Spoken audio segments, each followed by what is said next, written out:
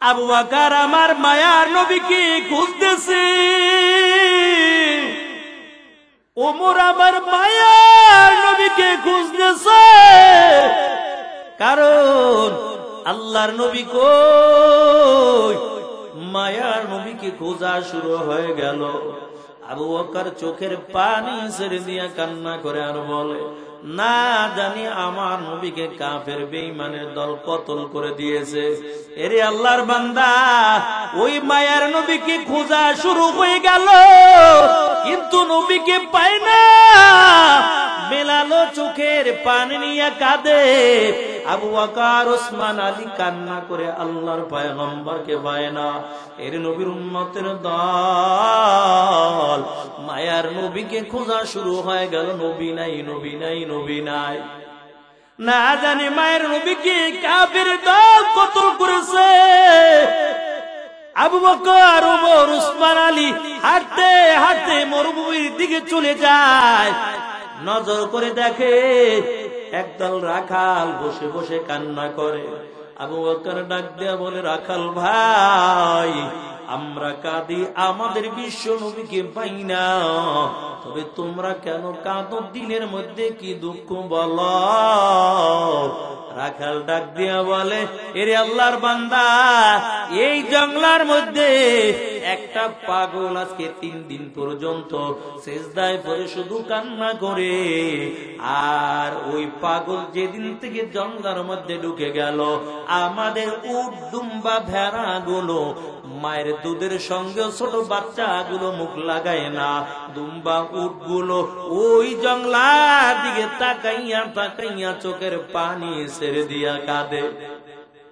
তবে আল্লাহর বান্দা, ওই পাগলটাকে টুটাইয়া নিয়ে যাও, কারণ আমরা উটগুলো এই ময়দানের মধ্যে চড়াই। যেদিন উটগুলো পেটটা ভরে যায়, আমাদের মালিক কিছু খেজুর দিয়া দেয়, আমাদের বাল বাচ্চা সন্তানদেরকে খেজুর গুলো খাওয়াইয়া তাদের জীবনটা বাঁচায়। কিন্তু 3টা দিন হয়ে গেল, কোনো খাবার আমাদের মালিক দেয় না।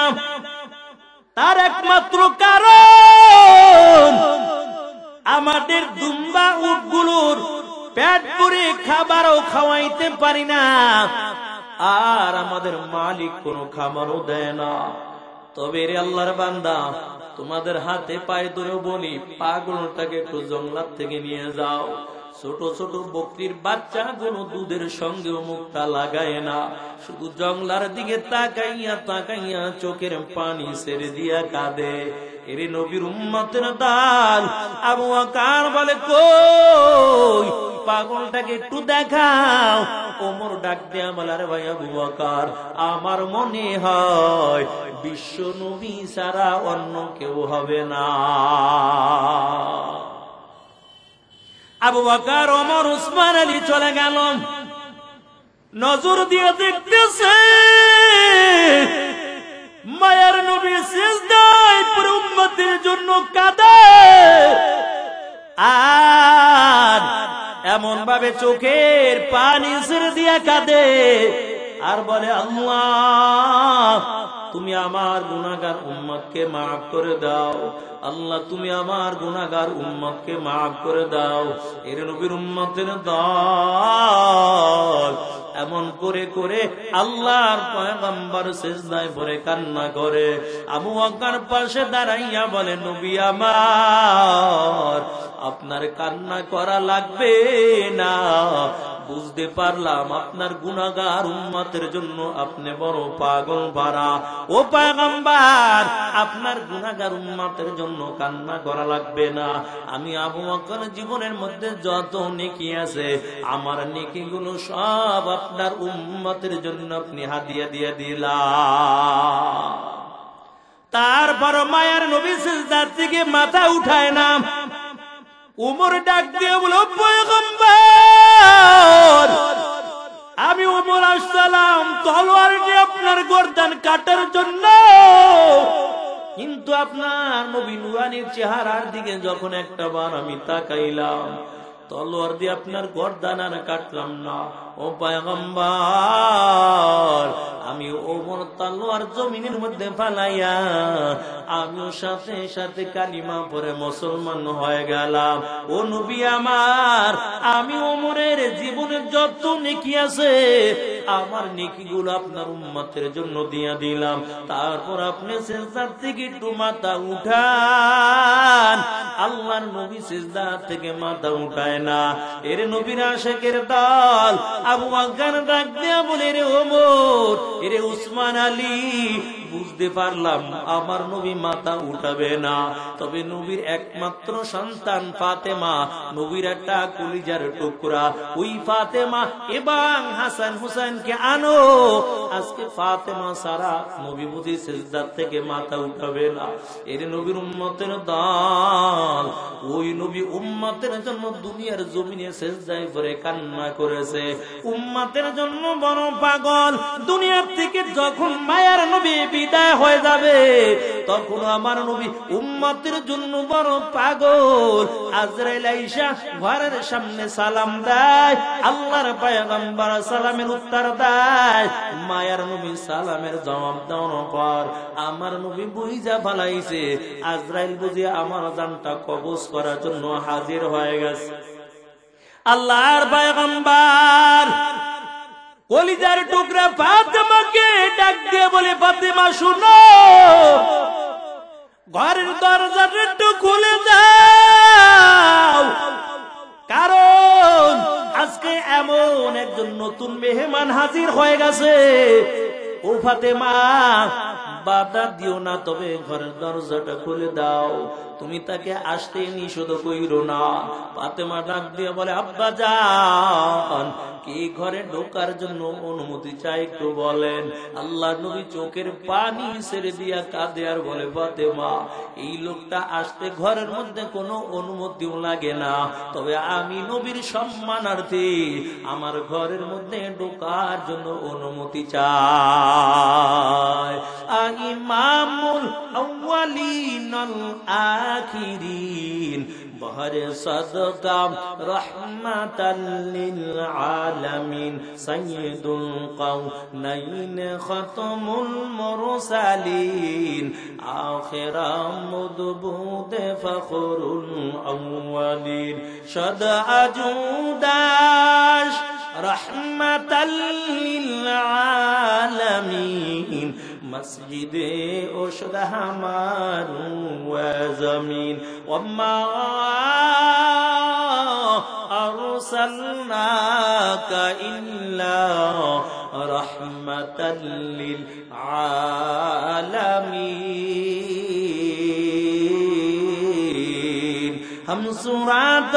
हम सिराते मुस्तफा दर तमामी हालियों कुन इत्तिबाए सुन्नते खैरुल बशर गिरे लाज़िम ताबुयाबी ऐ फसार। एर नबीर आशिकेर दल ওই ফাতেমা চোখের পানি ছেড়ে দিয়া কাঁদে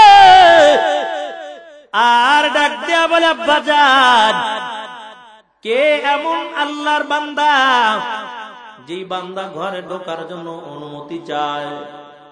আল্লাহর নবী ডাক দিয়া কয়, ফাতেমা, ইনি দুনিয়ার কোন মানুষ না, ইনি হলেন আল্লাহর পাঠানো ফেরেশতা আজরাইল।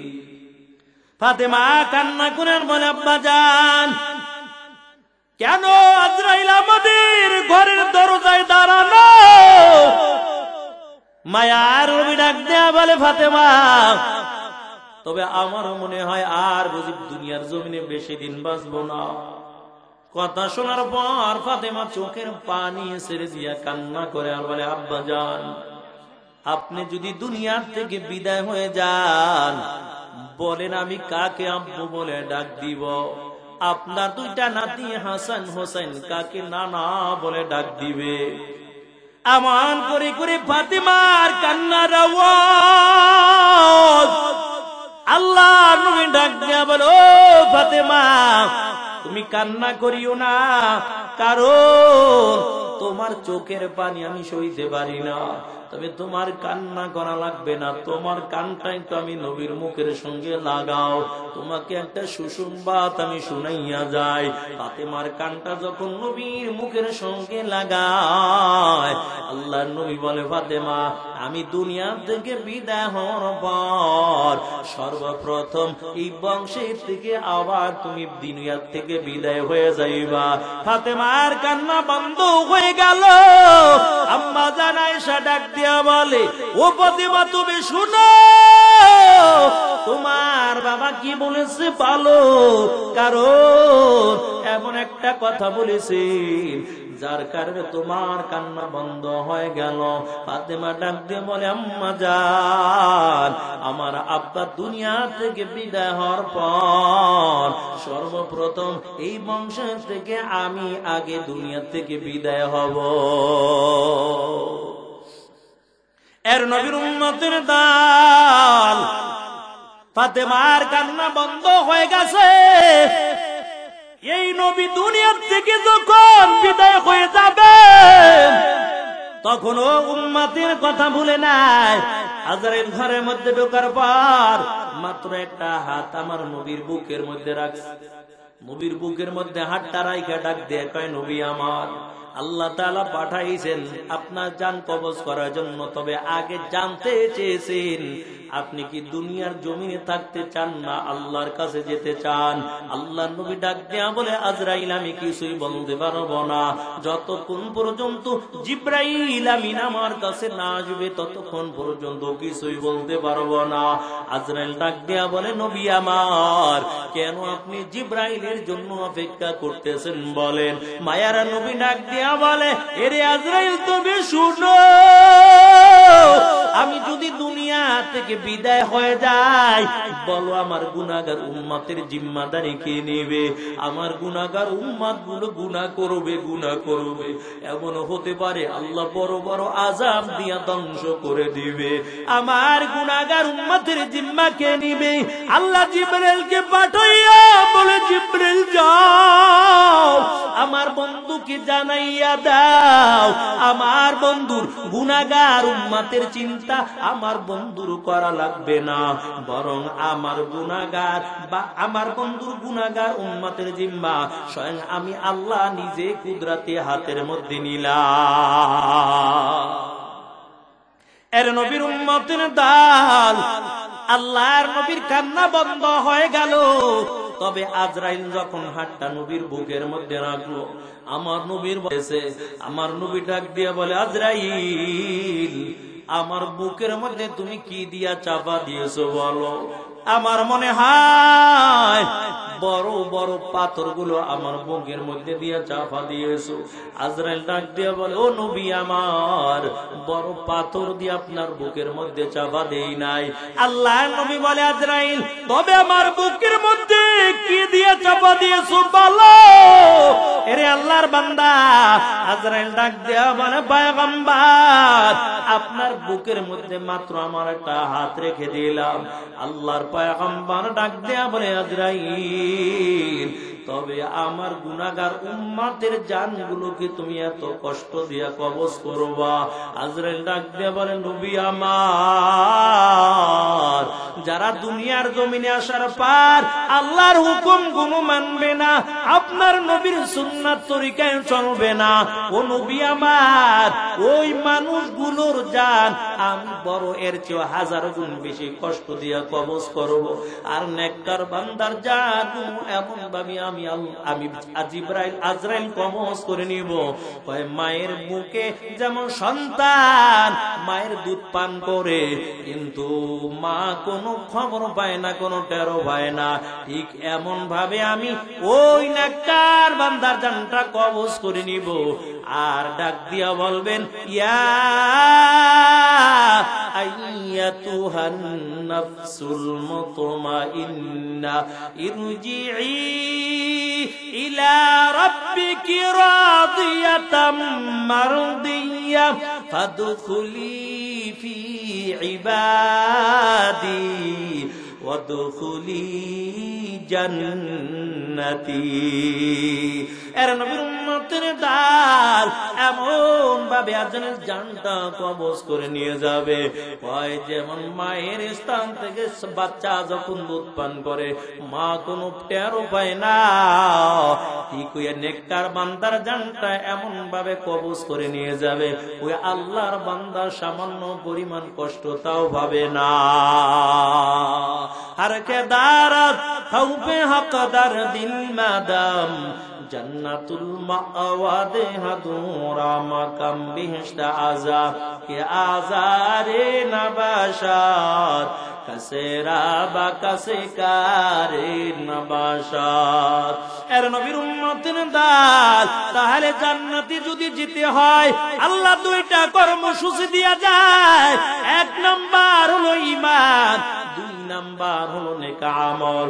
বান্দা ঈমান আনার পর বান্দা যদি ভালো আমল করে নাও, আমার আল্লাহ বলেন তোমার কোনো চিন্তা করা লাগবে না, তোমার আপ্যায়নের জন্য আমি জান্নাতুল ফেরদাউস রেখে দিলাম।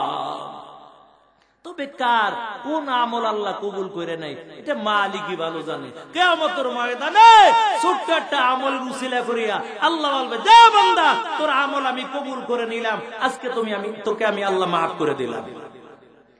আর বড় বড় আমলে গাঁঠে নিয়ে দাঁড়াবে ওই কঠিন কিয়ামতের ময়দানে। বড় মানুষগুলো মালিকের কাছে ধরা খেয়ে যাবে।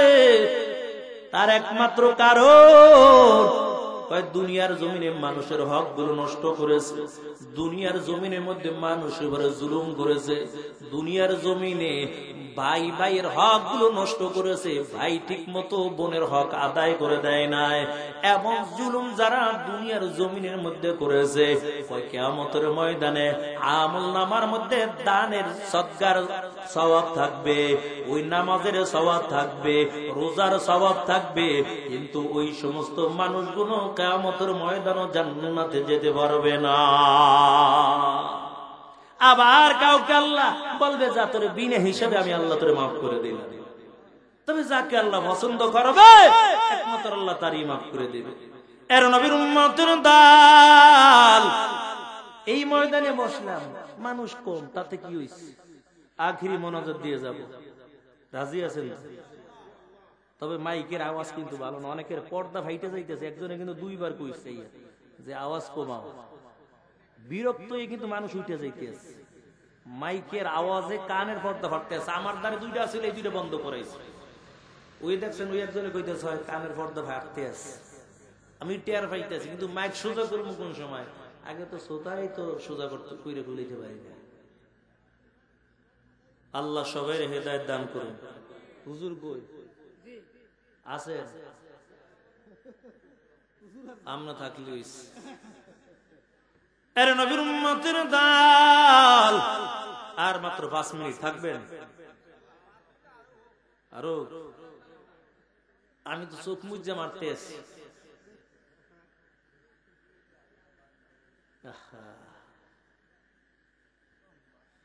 কত মানুষ এখন রাস্তায় আছে, ঘুরতে আছে। আল্লাহ তাআলা হেদায়েত দান করুন, বলেন আমিন। ছোট্ট বালক জুনায়েদ বাগদাদী রাহমাতুল্লাহ আলাইহি, আল্লাহ কেমনে হেদায়েত দেয় ঘটনাটা বললেই আমি শেষ করে দিই। ওই ছোট্ট বালক একজন খ্রিস্টান যুবকের সঙ্গে ভালো সম্পর্ক। খ্রিস্টান যুবক একদিন আইসা আবার তাড়াতাড়ি যাওয়ার জন্য ব্যস্ত হয়ে গেছে। জুনায়েদ বাগদাদী ডাক দিয়ে বলেন, যুবক আজকে কেন তুমি তাড়াতাড়ি যাওয়ার জন্য বড় ব্যস্ত হয়ে গেল বলো? খ্রিস্টান যুবক ডাক দিয়ে কয়, জুনায়েদ তোমাদের যেমন ধর্মীয় অনুষ্ঠান হয় ঠিক আমাদের খ্রিস্টানদের আজকে একটা অনুষ্ঠান হবে, আর এই মজলিসের মধ্যে আমাদের খ্রিস্টান পাদ্রী হাজির থাকবে। একটা উপদেশ দিবে, আমরা সারা বছর উপদেশটা মেনে নিব। জুনায়েদ বাগদাদী ডাক দিয়া বলে, এরে খ্রিস্টান যুবক, আমিও তোমার সঙ্গে যেতে চাই, দেখবো তোমাদের খ্রিস্টান পাদ্রী কি উপদেশ দেয়। জুনায়েদ বাগদাদির কথা শুনি না, খ্রিস্টান যুবক ডাক দেয়া, জুনায়েদ না না, কারণ ওই জায়গার মধ্যে কোন মুসলমানের সন্তান যেতে পারে না। যদি কোন মুসলমানের সন্তান যায় তাকে বন্দী করে শাস্তির ব্যবস্থা করে দেয়। জুনায়েদ বাগদাদি ডাক দেয়া বলে, খ্রিস্টান যুবক, আমাকে নিয়ে তোমার কোনো চিন্তা করা লাগবে না, কারণ ভালো করে জানি দুনিয়ার জমিনের মধ্যে মুসলমানের কেউ নাই। তবে একটু আওয়াজ দিয়া বলেন, মুসলমানের সঙ্গে কে আছে? আমরা ভালো করে জানি মুসলমানের কেউ নাই, তবে মুসলমানের সঙ্গে আল্লাহ আছে। এই জন্য আবু বকর এবং মায়ের নবী যখন জাবালে সুরের মধ্যে ছিল, আবু বকরের রানের উপর আমার মায়ের নবী মাথাটা দিয়ে ঘুমায়, আর আবু বকর দুইটা চোখ দিয়া আমার মায়ের নবীর নুরানি চেহারাটার দিকে তাকানো। কাফেররা খুঁজতে খুঁজতে জাবালে সুরের দিকে যখন চলে গেল, আবু বকর ডাক দেয়া কয়, নবী আমার, ওই যে কাফের পা গুলো দেখা যায়, তাকাইলেই দেখে ভালাইবে। আমার নবী ডাক দেয়া কয়, আবু বকর কোন চিন্তা লাগবে না, কারণ আমরা এই গুহার মধ্যে দুইজন না, আমাদের সঙ্গে আল্লাহ আছে। এরে মুমিন মুসলমান আল্লাহর গোলাম, ওই ছোট্ট বালক ডাক দিয়ে বলে, খ্রিস্টান যুবক, তবে মুসলমানের সঙ্গে কেউ নাই, তবে মুসলমানের সঙ্গে আল্লাহ আছে, কোনো চিন্তা করা লাগবে না। ছোট্ট বালক জুনায়েদ বাগদাদিও চলে গেল। হাজার হাজার খ্রিস্টান শ্রোতার দল ময়দানের মধ্যে, কিন্তু খ্রিস্টান পাদ্রী দামি সিংহাসনের মধ্যে বসে গেছে। খ্রিস্টান পাদ্রী দামি সিংহাসনের মধ্যে বসার পর জিহ্বা নাড়ায়, ঠোঁটটা নাড়ায়, জবান দিয়া কথা বের হয় না। শ্রোতারা ডাক দিয়া বলে, কি ব্যাপার, আপনার জিহ্বাও নড়ে, ঠোঁটও নড়ে, কিন্তু জবান দিয়া কেন কথা বের হয় না বলেন? ওই খ্রিস্টান পাদ্রী বলে, কেমন করে কথা বলবো, কারণ এই মজলিসের মধ্যে একজন মুসলমানের সন্তান আছে।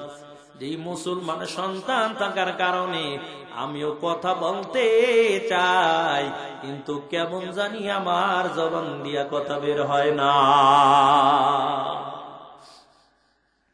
খ্রিস্টান শ্রোতারা ডাক দিয়ে বলে, কই একটু দেখাইয়া দেন, আমরা তোকে বন্দী করব।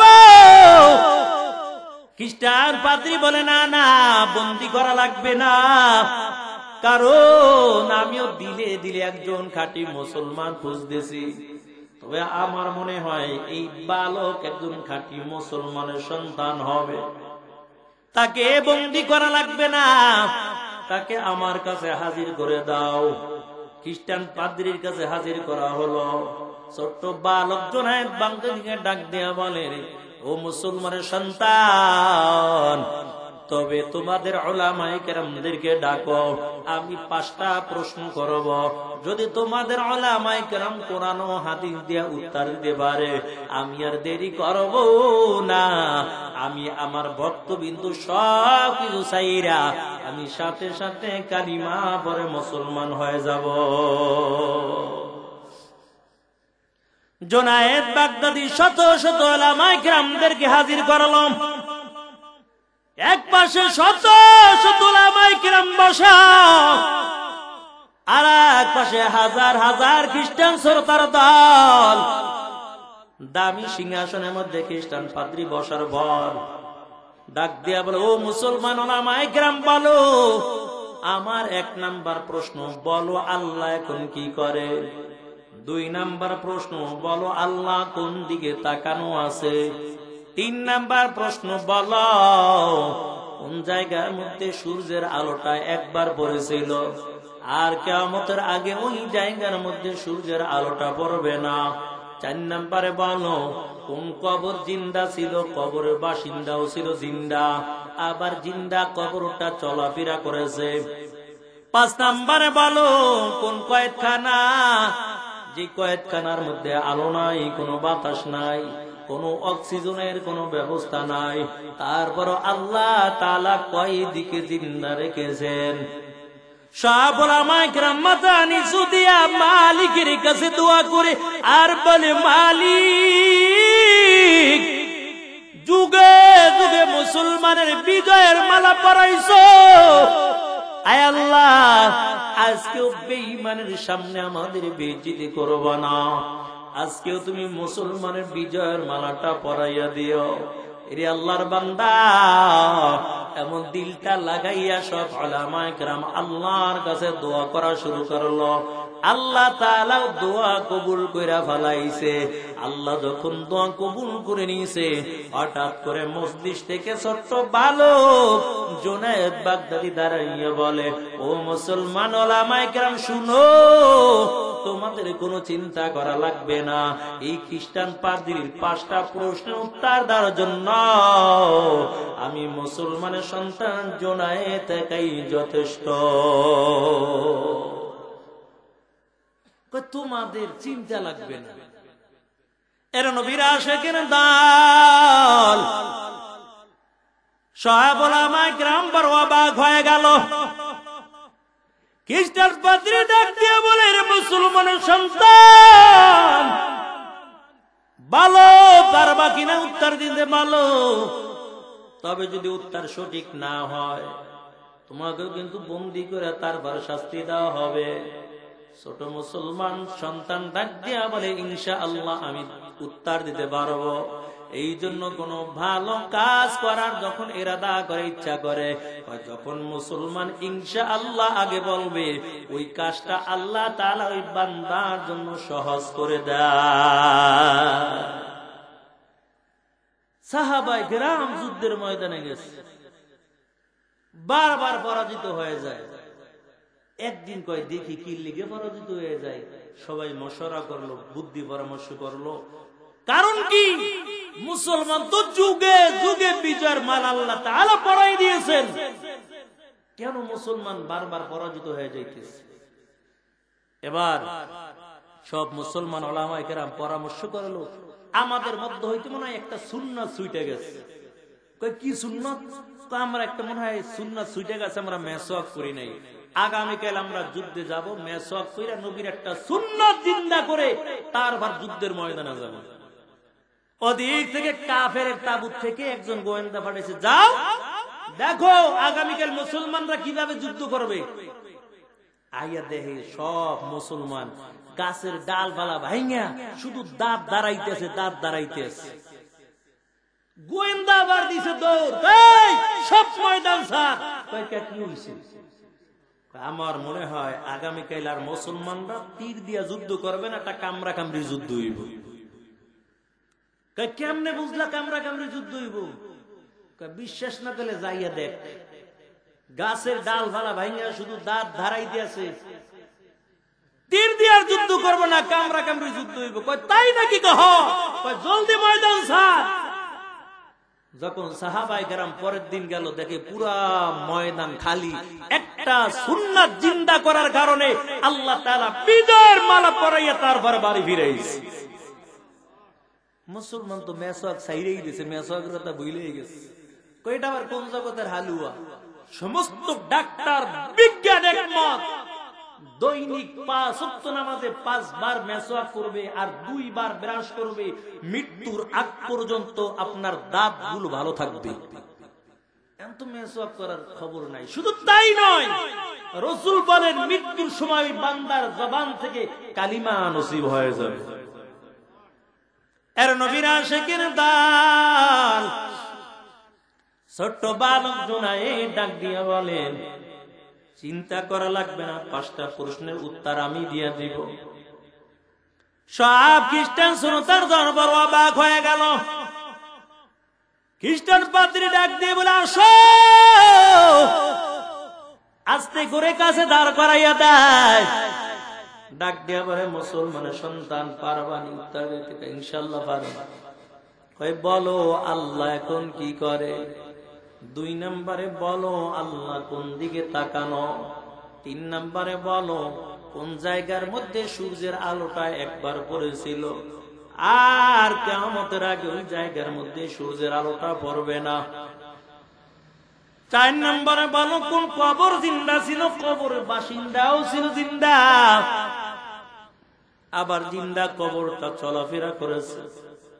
5 নম্বরে বলো কোন কয়েকখানা আলো নাই ও বাতাস নাই, অক্সিজেনের ব্যবস্থাও নাই, তারপর আল্লাহ তাআলা কয় দিকে জিন্দা রেখেছে। ছোট্ট বালক জনায় ডাক দিয়া বলে, ও খ্রিস্টান পাদ্রী, তবে আমিও একটা কথা বলতে চাই। কয় কি কথা বলতে চাও বলো? ছোট্ট বালক ডাক দিয়া বলেন, আমি জানতে চাই যে প্রশ্ন করে সে বড় না যে উত্তর দেয় সে বড়? খ্রিস্টান পাদ্রী ডাক দিয়া বলে, যে প্রশ্ন উত্তর দেয় সেই তো বড়। কয় তাহলে আপনি সিংহাসন থেকে নেমে যান, আমি এখন দামি সিংহাসনের মধ্যে বসে আপনার প্রশ্ন উত্তর দিয়া দিব। খ্রিস্টান পাদ্রী দামি সিংহাসন থেকে নিচে নেমে গেল। ছোট্ট বালক দামি সিংহাসনের মধ্যে বসার পর ডাক দিয়া বলে, ও মুসলমান ওলামায়ে কেরাম শুনো, ও খ্রিস্টান পাদ্রীরা তোমরাও শোনো, ও শ্রোতারা তোমরাও শোনো। তোমাদের 1 নাম্বার প্রশ্ন ছিল আল্লাহ এখন কি করে? আমার আল্লাহ এখন এই কাজটাই করেছে। তোমার মতো খ্রিস্টান পাদ্রীকে দামি সিংহাসন থেকে নিচে নামাইয়া আমার মতো মুসলমানের ছোট্ট বালক সন্তানকে আল্লাহ তাআলা দামি সিংহাসনের মধ্যে বসিয়ে দিয়েছে। وَتُعِزُّ مَن تَشَاءُ وَتُذِلُّ مَن تَشَاءُ بِيَدِكَ الْخَيْرُ। আল্লাহ যাকে চায় তাকে সম্মান দান করে দেয়, আবার আল্লাহ যাকে চায় জুতার মালা দুনিয়ার জমিনে পরাইয়া তারপরে ঘুরায়। কয় বেশি কিছু দেখা লাগে না, দেখেন না আমগো চোখের সামনেই তো আল্লাহ দেখায় কত কিছু। আজকে বাংলাদেশে যে ক্ষমতা রাষ্ট্র চালায়, ডক্টর ইউনূস ছিল একজন আসামি, তার নামে অনেক মামলা ছিল, ছিল একজন আসামি। যে ছিল রাজা সে আজকে নিজে হয়ে গেল আসামি, আর যে ছিল আসামি সেই হয়ে গেছে আজকে রাজা। আল্লাহ যাকে চায় তাকে ইজ্জত দিয়ে দেয়, আবার আল্লাহ যাকে চায় বেইজ্জত করে দেয়। 41 সাল পর্যন্ত ক্ষমতা চালামে, এর আগে কেউ নামাইতে পারবে না। আল্লাহকে দ্বারা এমন বাপ দেখাইছো 24 সালই কাটাইতে পারবি না। এর নবীর উম্মতের দান আল্লাহ যদি সম্মান দিয়া দেয় দুনিয়ার কোন মানুষ ঠেকাইয়া রাখতে পারবে না। আবার আল্লাহ যদি বেইজ্জতি করে দেয় দুনিয়ার কোন মানুষও তাকে সম্মান দিতে পারবে না। তবে ক্ষমতা পাইয়া অহংকারীও করতে নাই।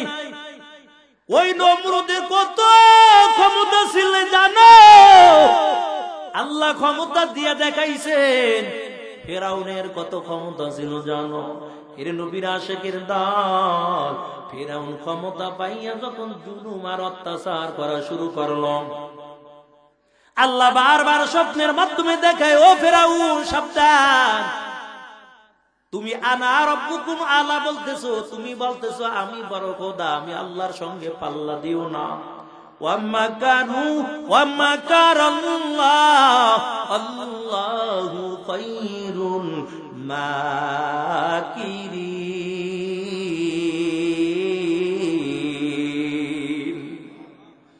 এর নবীর উম্মতের দল ফেরাউন ক্ষমতা পাইয়া মানুষের উপর জুলুম অত্যাচার শুরু করে দিল। আল্লাহ স্বপ্নে দেখায়, সাবধান, তবে জুলুম করিও না।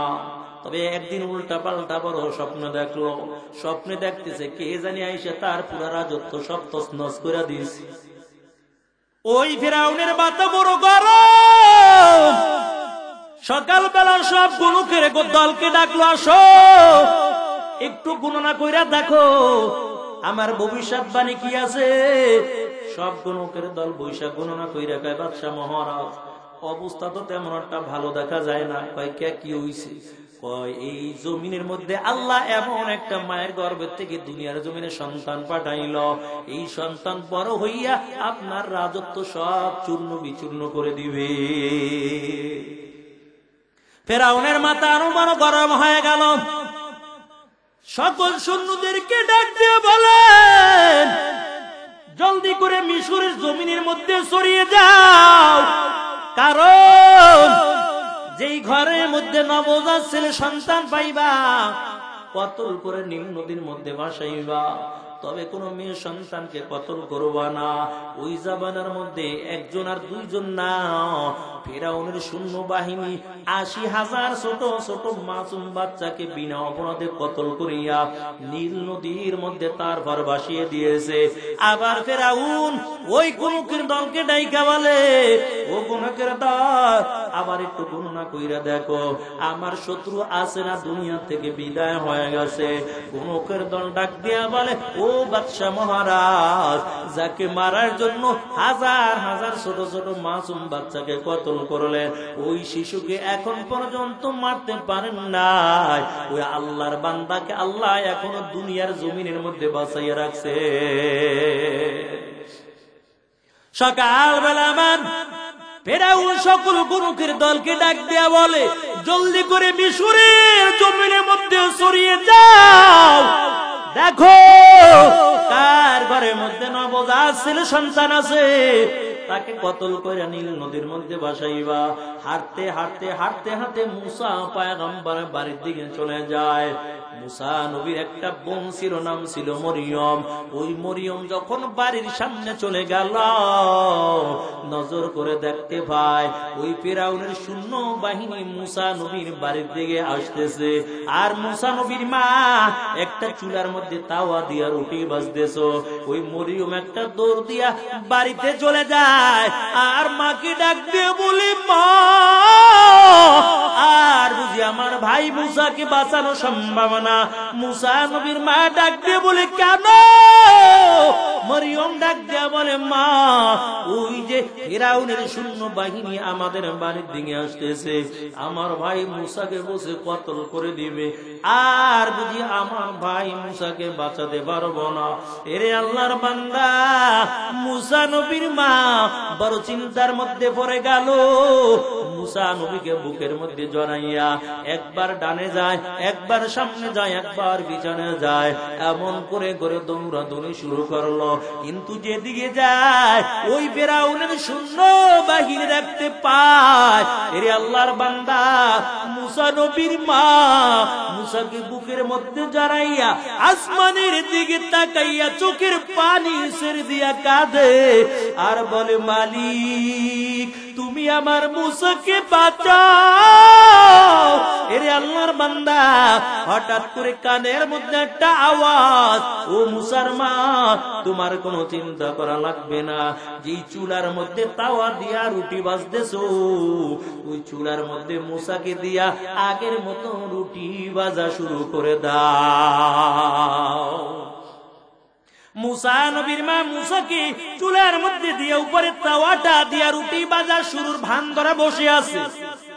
ওই ফিরআউনের সৈন্য বাহিনী ঘরের মধ্যে ঢুকে যায়। ঘরের মধ্যে ঢোকার পর নজর করে দেখে এই ঘরে কোনো নবজাত শিশু নাই। আবার ঘর থেকে বের হয়ে গেল। মুসা নবীর মা মরিয়মকে ডাক দিয়া বলে, রে মরিয়ম, একটু নীল নদী থেকে পানি নিয়ে আনো, দেখো তোমার ভাই আছে না দুনিয়া থেকে বিদায় হয়ে গেছে। মরিয়ম যখন চুলার মধ্যে পানি দেয়, আল্লাহর কি কুদরত, ওই চুলার নিচে থেকে মুসা নবীর কান্নার আওয়াজ ভেসে উঠে যায়। কাদের কুদরত দারি বর কামাল, আনতা রব্বি আনতা হাসবি জুল জালাল, তুহি কাদের জলিলুল্লাহ জাহাদার, বহরহালে তুহি মেরা নিগাদার। ওয়া মাকারু ওয়া মাকারাল্লাহ, আল্লাহু খায়রুল মাকিরিন। এর নবীর উম্মতের দাল মুসা নবীর মা মুসাকে বুকের মধ্যে জড়াইয়া দুই গালের মধ্যে চুমু দেয় আর ডাক দিয়ে বলে, মালিক, তুমি আমার মুসাকে আজকে বাঁচাইছো।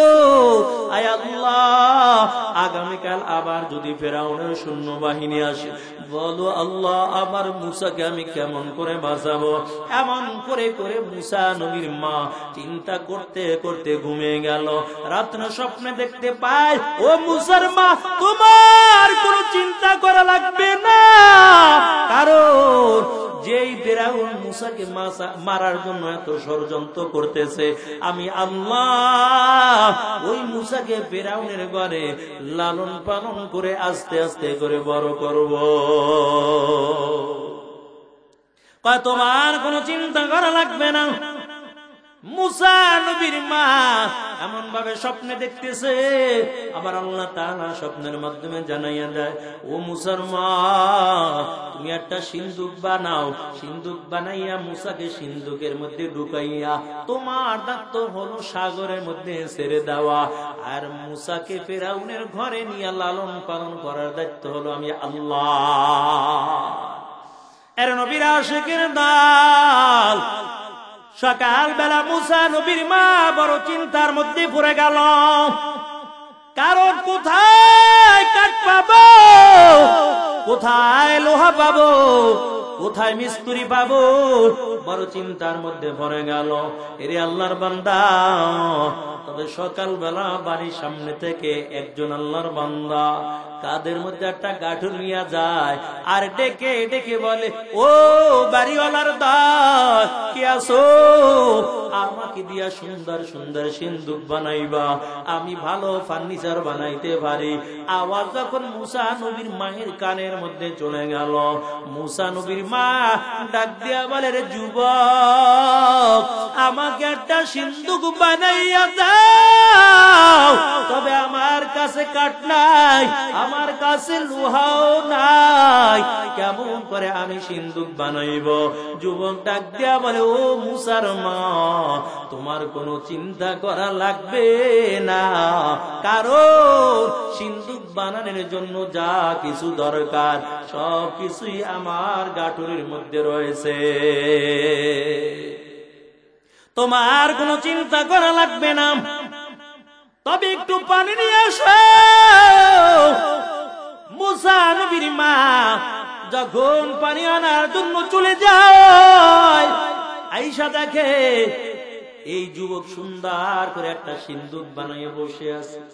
মুসা নবীর মা বড় অবাক হয়ে গেল, ডাক দিয়া কয়, যুবক তাড়াতাড়ি সিন্দুক বানাইলা বলো, এটা তো দুনিয়ার কোন মানুষ তো তাড়াতাড়ি সিন্দুক বানাইতে পারে না, তবে তোমার কাঠের দামটা কত, তোমার লোহার দামটা কত? এর নবীর উম্মতের দল যুবক ডাক দিয়া বলে, মুসার মা আমার কাঠের দামেরও দরকার নাই, আমার লোহার দামেরও দরকার নাই, তবে এবার মুসা নবীর মা ডাক দিয়া বলে, যুবক কমপক্ষে হলেও তোমার মজুরিটা নিয়ে যাও। এই কথা বলে ঘরের মধ্যে যখন টাকা আনার জন্য চলে গেল, আয়েশা নজর করে দেখতে পায় এই যুবক হাঁটতে হাঁটতে অনেক দূর চলে গেল। মুসা নবীর মা পিছন থেকে ডাক দিচ্ছে, রে যুবক একটু দাঁড়াও, তোমার কাঠের দামটা নিয়ে যাও, তোমার লোহার দামটা নিয়ে যাও।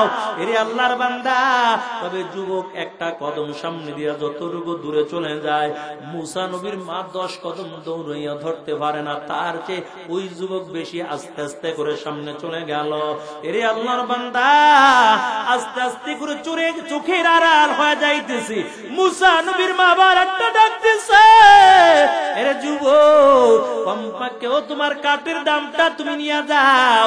ওই যুবক ডাক দিয়ে বলে, মুসার মা আমার কাঠের দামের দরকার নাই, আমার লোহার দামের দরকার নাই, কারণ আমি দুনিয়ার কোনো মানুষ না, আমি হলাম আল্লাহর পাঠানো ফেরেশতা জিবরাইল।